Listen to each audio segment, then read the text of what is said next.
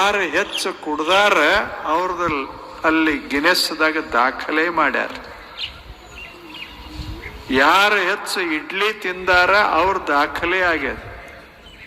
ಯಾರ ಜೀವಂತ ಮೀನಾ ನುಂಗ್ಯಾರ ಅವ್ರದ್ದು ದಾಖಲೆ ಆಗ್ಯದ.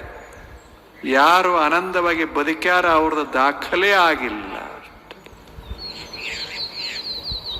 ಎಲ್ಲ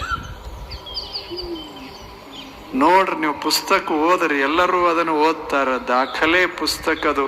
ನಮ್ಮ ಹೆಸರು ಅದರಾಗ ಬರಬೇಕು ಅಂತ ಉಗುರ ಬೆಳೆಸೇವಿ.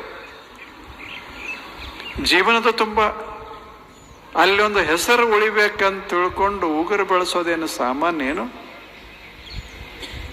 ಉಗುರು ಬೆಳೆಸಬೇಕಾದ್ರೆ ಕೈ ಬಳಸಬಾರದು. ತಮ್ಮ ಕಲ್ಪನೆ ಬರ್ತದಲ್ಲ, ಇವು ಉದ್ದ ಅದು ಅಂದ್ರೆ ಎದಕ್ಕೆ ಬಳಸೋದು? ಎದಕ್ಕೂ ಬಳಸಂಗಿಲ್ಲ. ಅದೊಂದು ಕೈ ನಿರುಪಯುಕ್ತ.